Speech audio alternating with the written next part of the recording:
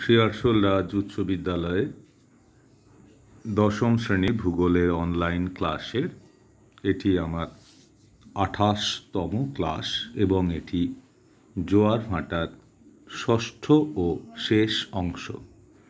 আমরা এর আগের 5টি ক্লাসে যে সকল বিষয়বস্তু নিয়ে আলোচনা করেছি এইগুলি হলো সেই সকল বিষয়। এগুলি আলোচনার পর আমরা এখন বায়ুমণ্ডল অর্থাৎ যে বায়ুমণ্ডলের দুটি অংশ সমুদ্র স্রোত এবং জোয়ার ভাটা সেই সম্পর্কিত বিভিন্ন প্রশ্নের আলোচনায় আমরা আসব, কারণ আমাদের মাধ্যমিক পরীক্ষায় প্রায় অর্ধেক প্রশ্ন থাকে অবজেক্টিভ কোশ্চেন। তাই এইখানের এই আলোচনায় এই কয়েক মিনিটের আলোচনায় যে প্রশ্নগুলি আলোচিত হবে আমি আশা করব তাদের মধ্য থেকে বেশ কিছু প্রশ্ন তোমাদের মাধ্যমিকের প্রশ্নে থাকবে। আসা যাক সেই সমস্ত প্রশ্নগুলির আলোচনায়।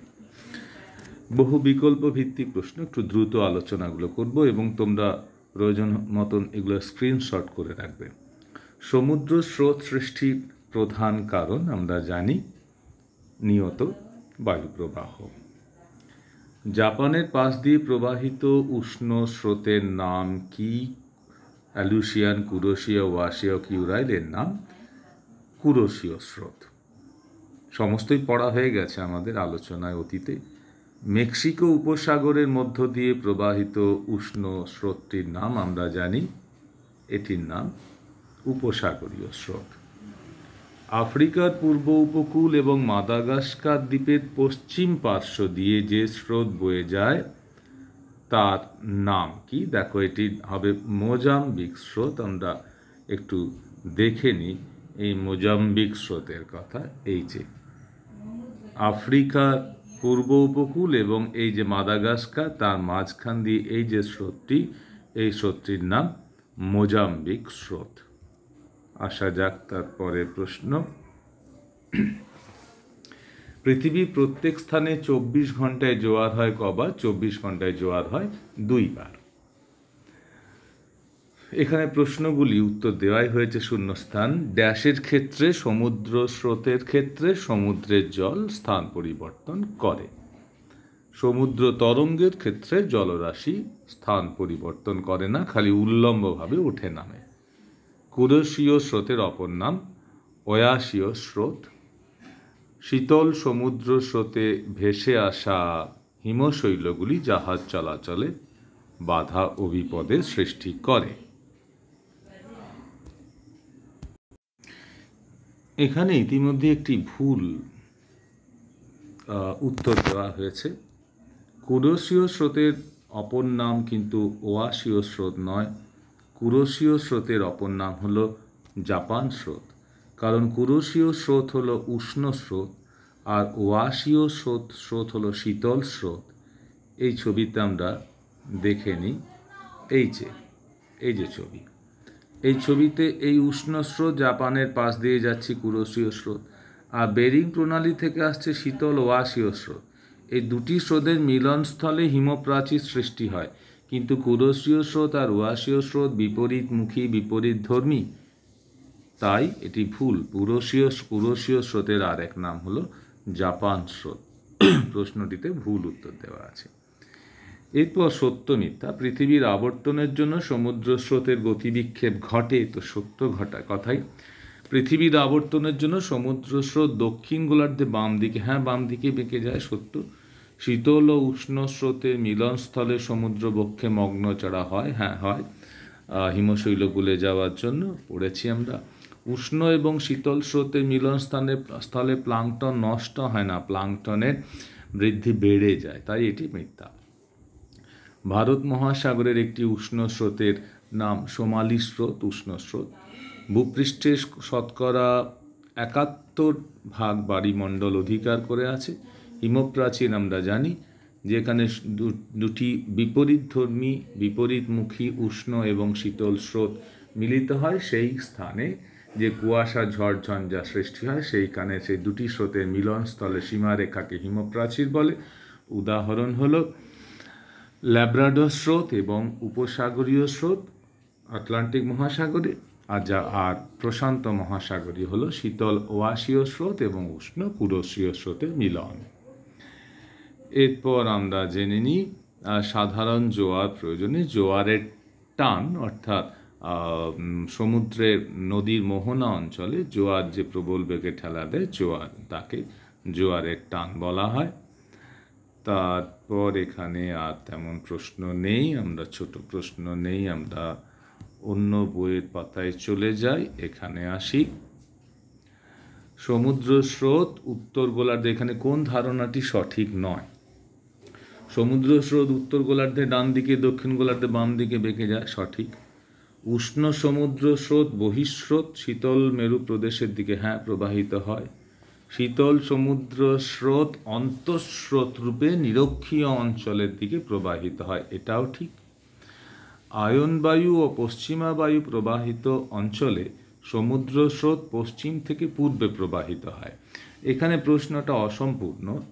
আয়ন বায়ু যেখানে থাকে সেখানে স্রোত বয়ে যায় পূর্ব থেকে পশ্চিমে, আর পশ্চিমা বায়ু যেখানে থাকে সেখানে স্রোত বয়ে যায় পশ্চিম থেকে পূর্বে। তাহলে এটাকে যদি সঠিক নয় করতে হয়, এটা সঠিক নয় করব, তাহলে কোনটাকে বাদ দিতে হবে? আয়ন বায়ু পূর্ব থেকে, এখানে পশ্চিমা বায়ুটা কেটে দাও, এটা কাটো। তাহলে কি রইল? আয়ন বায়ু প্রবাহিত অঞ্চলে সমুদ্র স্রোত পশ্চিম থেকে পূর্বে প্রবাহিত হয়। আসল উত্তর হলো পূর্ব থেকে পশ্চিমে, তাই এটি হলো বেঠিক উত্তর। কিন্তু পশ্চিমা বায়ুটাকে যদি কাটি তবেই বেঠিক উত্তর হয়। কেন্দ্রাতিক মানে কেন্দ্রবিমুখ বল, এটি বিকর্ষণজনিত বল, ঠিক। এই বলের প্রভাবে পৃথিবী পৃষ্ঠের জলরাশি সর্বদা বাইরের দিকে বেরিয়ে যাওয়ার চেষ্টা করে, এটাও ঠিক। এই বল মহাকর্ষ বলের বিপরীতধর্মী, এটাও ঠিক। তাহলে কোনটি সঠিক? উপরে সবগুলি ঠিক। চন্দ্রের অ্যাপোজি বা অনুসুর, অনুসুর মানে চন্দ্র সূর্য পৃথিবী একই সরল রেখায় না, একে তো আমরা সিজিগি বলি। চন্দ্র পৃথিবীর পরিক্রমণের সময় যখন সর্বাধিক দূরত্ব থাকে না, সর্বাধিক দূরত্ব, এখানে অ্যাপোজি, এখানে প্রশ্নটাতে আবার এটাই ভুল। অ্যাপোজির বাংলা অনুসুর নয়, অ্যাপোজির বাংলা হলো অপসুর। অ্যাপোজি দূরত্ব বেশি হয়, পেরিজির সময় দূরত্ব কম হয়, তাই অ্যাপোজি অর্থে অপসুর। তাই অ্যাপোজি বলতে বুঝি আমরা দূরত্ব সব থেকে বেশি, অর্থাৎ এই যে বি, চন্দ্র পৃথিবীকে পরিক্রমণের সময় যখন সর্বাধিক দূরত্বে থাকে। প্রশ্নগুলোই গণ্ডগোল। কোনো স্থানে জোয়ার ভাটার প্রকৃত সময়ের ব্যবধান আমরা জানি 6 ঘন্টা 12 মিনিট। উত্তর হলো হিমপ্রাচীর দেখা যায় কোন মহাসাগরে? আটলান্টিক মহাসাগরে। পেরু বা হামবোল্ট স্রোত ও কুরোশীয় স্রোত, এই পেরু স্রোত তো প্রশান্ত মহাসাগরে, হামবোল্ট কুরোশীয় স্রোত, অর্থাৎ এগুলো সবই প্রশান্ত মহাসাগরের স্রোত। ঋতু পরিবর্তনের সঙ্গে 180 ডিগ্রি পরিবর্তন ঘটে আমরা জানি, এটি মৌসুমি বায়ু প্রবাহের জন্য ভারত মহাসাগরে। চাঁদ সূর্য পৃথিবীর একই সরল রেখায় অবস্থানকে আমরা সিজিগি বলি। পৃথিবী থেকে চাঁদের দূরত্ব অপেক্ষা সূর্যের দূরত্ব 390 গুণ বেশি, এগুলো আমরা আগে জেনেছি। এরপর সমুদ্র স্রোতে জলরাশির একমুখী প্রবাহ ঘটে, এটি সত্য। পৃথিবীর বৃহত্তম মগ্নচড়া কানাডা নিউফাউন্ডল্যান্ড একটি দ্বীপ, ফলে এটি মিথ্যে। আসল উত্তর হলো গ্র্যান্ড ব্যাংক, পৃথিবীর বৃহত্তম মগ্নচড়া গ্র্যান্ড ব্যাংক, তাই এটি মিথ্যা স্টেটমেন্ট। এল নিনোর প্রভাবে সমুদ্র স্রোতের দিক পরিবর্তন ঘটে না, এটিও মিথ্যা, কারণ দিক পরিবর্তন ঘটে, এল নিনো পুরো পেরু স্রোতের উল্টো দিকে বয়ে যায়। চাঁদ সূর্য পৃথিবীর একই সরল রেখায় অবস্থান করার জন্য তেজ কোটাল, ঠিকই, কারণ এটাই তো সিজিগি, যে সময় আমরা ভরা জোয়ার দেখি, বা ভরা কোটাল বা তেজ কোটাল, ঠিকই, এটা সঠিক। সমুদ্র স্রোত দিক বিশ্বের কোন সূত্রের নিয়ম মেনে চলে? এটি ফেরেল সূত্র, করিওলিস বলের প্রভাবে ফেরেল সূত্র নিয়ম মানে উত্তর আটলান্টিক মহাসাগরের শীতল স্রোতের নাম, উত্তর আটলান্টিক মহাসাগরে জানো ল্যাব্রাডর স্রোত হলো শীতল স্রোত। কোন মহাসাগরের সমুদ্র স্রোত মৌসুমি বায়ু দ্বারা নিয়ন্ত্রিত হয়? জানো ভারত মহাসাগর। সংযোগ অবস্থানে চাঁদ পৃথিবী ও সূর্যের অবস্থান কিরূপ থাকে? সিজিগিকে আমরা দুটো ভাগে ভাগ করেছি, সংযোগ এবং প্রতিযোগ। মনে রাখার সুবিধার জন্য একটি পূর্ণিমা একটি অমাবস্যা, মনে রাখার সুবিধার জন্য প্রতিযোগে পূর্ণিমাতেও তাই পূর্ণিমা মানে প্রতিযোগ, তাহলে অমাবস্যাই হলো সংযোগ। তাহলে সংযোগ অবস্থানে চাঁদ পৃথিবী সূর্যের অবস্থান কেমন থাকে? একই সরল রেখায়, এবং মাঝে কে থাকবে? পূর্ণিমা। এই সংযোগ অবস্থান মানে অমাবস্যা, অমাবস্যার সময় চাঁদ থাকে পৃথিবী এবং সূর্যের মাঝে। এটা বলতে হবে যে একই সরল রেখায় কিন্তু চাঁদ থাকে পৃথিবী ও সূর্যের মাঝখানে। এল নিনো কি? এল নিনো হলো দক্ষিণ পূর্ব প্রশান্ত মহাসাগরে পেরু চিলি উপকূলে এক প্রকার সাময়িক উষ্ণ জলের স্রোত যা উত্তর থেকে দক্ষিণে প্রবাহিত হয়, তাকে এল নিনো বলা হয়। প্রতিযোগ অবস্থান বললাম পূর্ণিমা। পূর্ণিমা অবস্থানে চাঁদ পৃথিবী সূর্য একই সরল রেখায় থাকে, তবে মধ্যবর্তী স্থানে থাকে পৃথিবী, যার এক পাশে সূর্য অপর পাশে চন্দ্র। এল নিনো কোন বিশেষ সমুদ্র স্রোতকে প্রভাবিত করে? এটা আমরা জানি, এটি হলো পেরু স্রোতকে প্রভাবিত করে। একটি মানচিত্রে আমরা এটা দেখে নিই। এই হলো পেরু স্রোত। এই পেরু স্রোত বয়ে যাচ্ছে দক্ষিণ থেকে উত্তরে শীতল স্রোত, কিন্তু কখনো কখনো কোনো বছরে এই পেরু স্রোতের জায়গায় উত্তর থেকে দক্ষিণ দিকে উষ্ণ স্রোত প্রবাহিত হয়, তাকেই বলা হয় এল নিনো, যা পেরু স্রোতকে সম্পূর্ণ বাধা দেয়। তারপরের কোশ্চেনে আসা যাক। কোথায়? হ্যাঁ, এরপর 2 নম্বর কোশ্চেন, দরকার নেই। এরপর আমরা অন্য পাতায় আসি। মুখ্য এবং গৌণ জোয়ারের মধ্যে সময়ের ব্যবধান কত থাকে? আমরা জানি এই সময়ের ব্যবধান থাকে 12 ঘন্টা 25 মিনিট। চাঁদ পৃথিবীর মধ্যে সর্বনিম্ন দূরত্বকে আমরা জানি পেরিজি বলে। চাঁদের আকর্ষণের প্রতিপাদ স্থানে কি জোয়ার হয়? গৌণ জোয়ার। মুখ্য জোয়ার উৎপন্ন হয় চাঁদ বা সূর্যের মহাকর্ষ বলের জন্য। পৃথিবীর যে স্থান চাঁদের সামনে আসে সেখানে মুখ্য জোয়ার হয়। পৃথিবীর যে স্থানে জোয়ার হয় তার কত ডিগ্রি অবস্থানে ভাটা হয়? 90 ডিগ্রি, অর্থাৎ সমকৌণিক। এটা উত্তর হবে, সমকৌণিক অবস্থানে ভাটা হয়। সত্য মিথ্যা? কুমেরু ও সুমেরু অঞ্চলে শীতল স্রোতের উৎপত্তি সঠিক। জোয়ার সৃষ্টিতে চাঁদের আকর্ষণ বল বেশি কার্যকরী, সঠিক।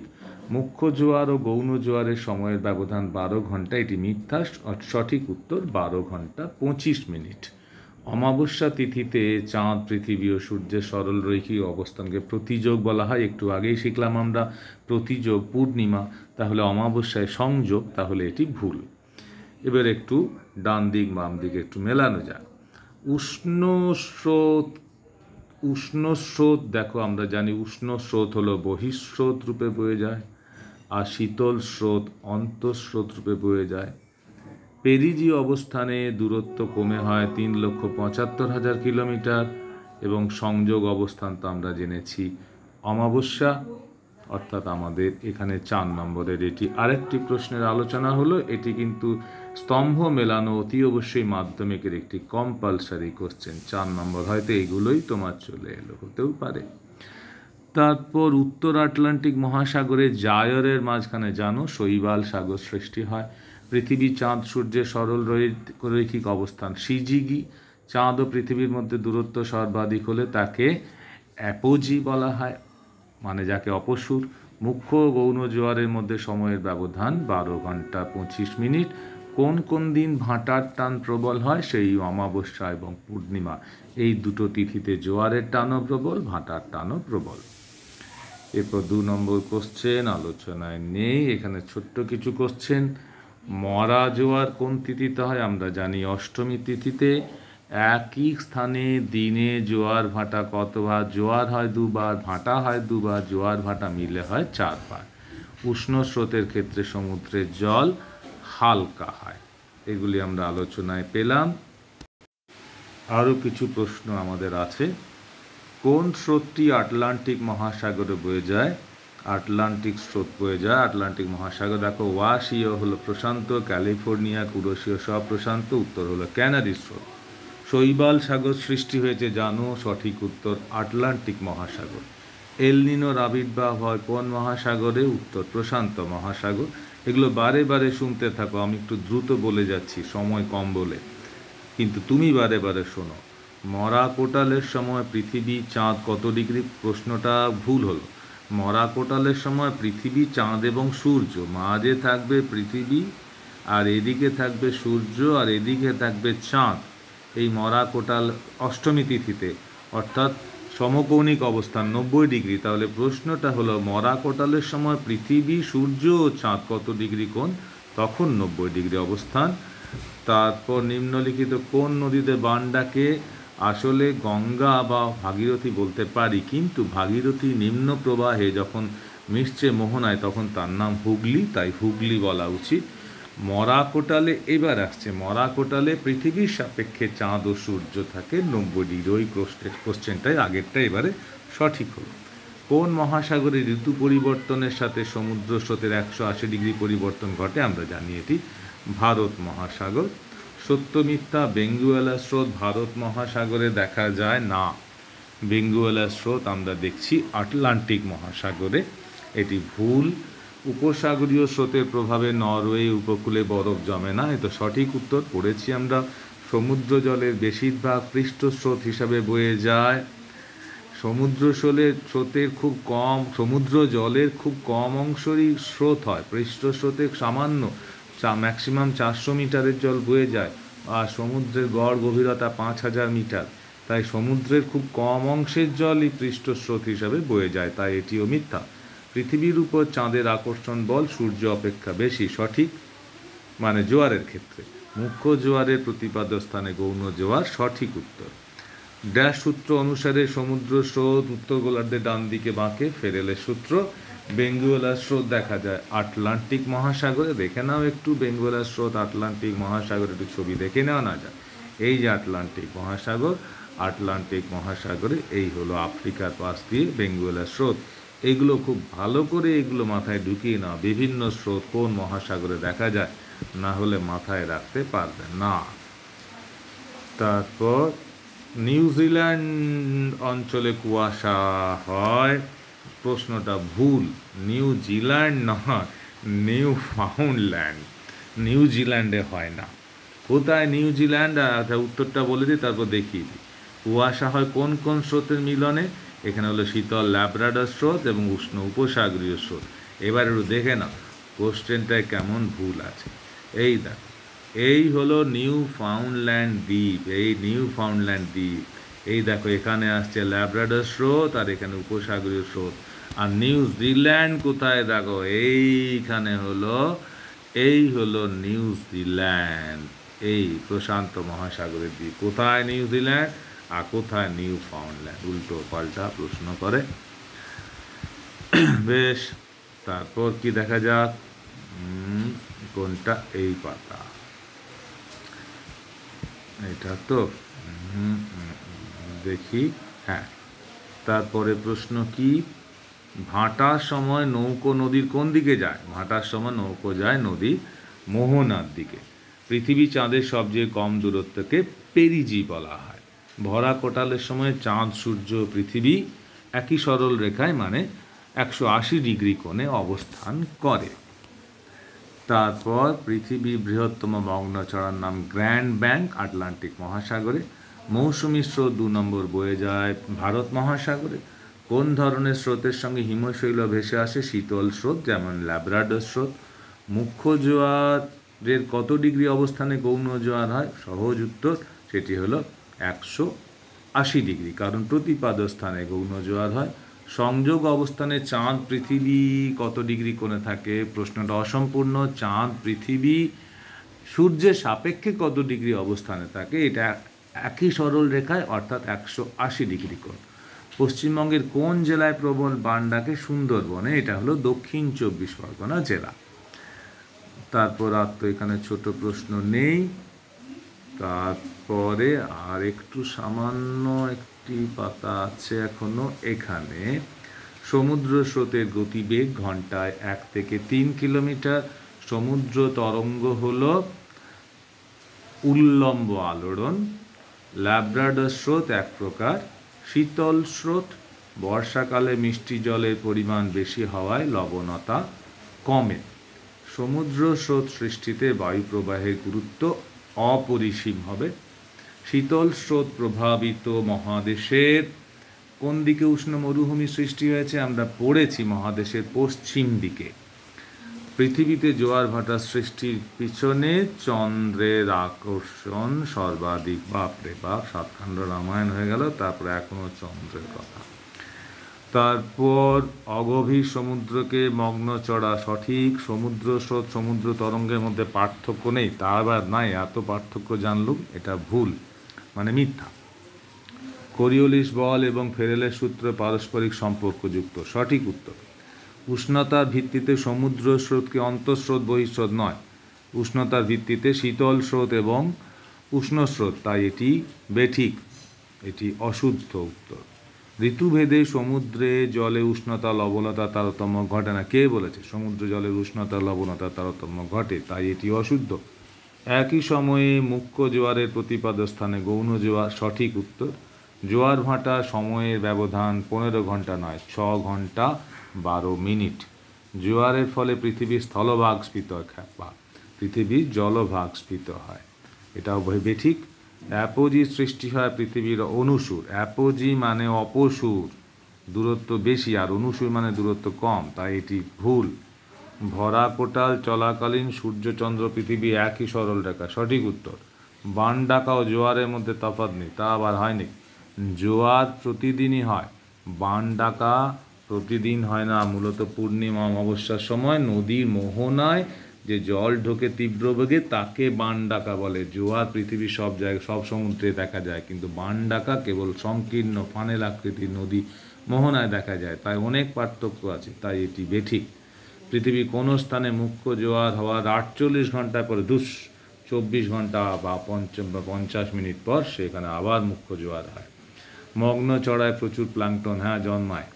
শীতল স্রোতের প্রভাবে উপকূলে নাতিশীতোষ্ণ জলবায়ু। ঠিক উত্তর। প্লাঙ্কটন এক ধরনের আণুবীক্ষণিক জীব। মুশকিল হলো এই সব বইতেই বলা থাকে প্লাঙ্কটন আণুবীক্ষণিক জীব, কিন্তু ইন্টারনেটে সার্চ করো প্লাঙ্কটন উইকিপিডিয়া, সার্চ করে দেখো যে প্লাঙ্কটন আণুবীক্ষণীয় হয়, আবার অনেক বড় হয়, খালি চোখেও দেখা যায়, অণুবীক্ষণ যন্ত্র লাগে না। পৃথিবীর মধ্যে সবথেকে বড় প্লাঙ্কটন হলো জেলিফিশ, যে জেলিফিশ 25 সেন্টিমিটার দৈর্ঘ্য বিশিষ্ট হয়। তাই 25 সেন্টিমিটার দৈর্ঘ্যে দেখার জন্য কি জীব দেখার জন্য অণুবীক্ষণ যন্ত্র লাগে? মোটেও না, খালি চোখ যথেষ্ট। তাই প্লাঙ্কটন আণুবীক্ষণিকও বটে, আবার বড় জীবও হয়, ম্যাক্সিমাম দৈর্ঘ্য 25 সেন্টিমিটার। কিন্তু মুশকিল হলো এই যে সমস্ত বইতে লেখা থাকে প্লাঙ্কটন আণুবীক্ষণিক জীব, যদিও এটা ভুল উত্তর। এবার তুমি বুঝে নাও তুমি কি করবে, আমি যা বলার বলে দিলাম। ফেরেল সূত্র অনুসরণ করে উত্তর গোলার্ধে ডান দিকে, দক্ষিণ গোলার্ধে বাম দিকে সমুদ্র স্রোত বেঁকে যায়। ড্যাশ হলো একটি সর্বোচ্চ সমুদ্র তরঙ্গের উদাহরণ, এটি হলো সুনামি। ড্যাশ মরুভূমি মহাদেশের পশ্চিমে, এটা কি সাহারা মরুভূমি, মহাদেশের পশ্চিমে শীতল স্রোত। কোন শীতল স্রোত? ক্যানারি স্রোতের ফলে সৃষ্টি হয়েছে। ড্যাশ সংস্পর্শে এসে কি না শীতল স্রোতের না উষ্ণ স্রোতের সংস্পর্শে এসে বায়ু জলীয় বাষ্পপূর্ণ হয়ে স্থলভাগে বৃষ্টিপাত ঘটায়। তারপর ড্যাশ বলের প্রভাবে, মহাকর্ষ বলের প্রভাবে জোয়ার সৃষ্টি হয়। চন্দ্র কতদিনে পৃথিবীকে পরিক্রমণ করে? 27.1 দিনে। নদীর মোহনা ফানেল আকৃতির হলে নদীতে বান হয়। জোয়ারের জলকে কাজে লাগিয়ে জলবিদ্যুৎ উৎপাদন করা হয়। সিজিগি অবস্থান মূলত সংযোগ ও প্রতিযোগ, এই দুই ভাগে বিভক্ত। কতদিন অন্তর পেরিজি হয়? না, চাঁদ একবার পেরিজি হওয়ার পর আরেকবার পেরিজি হতে গেলে চাঁদকে পুরো পৃথিবীর চারিদিকে পরিক্রমা করতে হবে, অর্থাৎ 27.1 দিন। তাই পেরিজি, এক পেরিজি ও তার পরের পেরিজির মধ্যে সময়ের ব্যবধান 27.1 দিন, আর এক পেরিজি এবং তার এক অ্যাপোজি ও পরের অ্যাপোজির মধ্যে সময়ের ব্যবধানও 27.1 দিন। আর কিছু এখানে দেখে নিই, এটা এক ডান দিক বাম দিক পেয়েছি। উষ্ণ স্রোত কি হবে?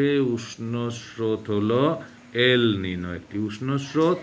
বরফের গলন হলে লবণতার পরিমাণ হ্রাস পায়। কোরিওলিস বল ফেরেলের সূত্রের সঙ্গে সম্পর্কযুক্ত। মগ্ন চড়া বাণিজ্যিকভাবে গুরুত্বপূর্ণ। চন্দ্রের নিজের আবর্তন ভূপৃষ্ঠে 13 ডিগ্রি সরণ, এ আবার কি? চন্দ্রের পরিক্রমণ, চন্দ্রের নিজের আবর্তন নয়, চন্দ্রের যে পরিক্রমণ হয় সেই পরিক্রমণে চন্দ্রের আবর্তনের সময় আলাদা। পৃথিবীর আবর্তন, পৃথিবীর একটা আবর্তনে চন্দ্রের যে পরিক্রমণ হয় তাতে ভূপৃষ্ঠে 13 ডিগ্রি সরণ হয়। যাই হোক, প্রশ্নটা ভুলভাল আছে, কিন্তু ওইটার সঙ্গে লাগালে উত্তর ঠিক পেয়ে যাবে। এই গেল আমাদের বিস্তৃত, প্রচুর আলোচনা করলাম আমরা এই বায়ুমণ্ডল চ্যাপ্টার থেকে। বায়ুমণ্ডলের দুটি অংশ, সমুদ্র স্রোত এবং জোয়ার ভাটা। এখান থেকে আমরা 25 মিনিটের আলোচনা করেছি এবং আশা করি এখান থেকে 5 থেকে 7 নম্বর তুমি পরীক্ষাতে পাবেই পাবে।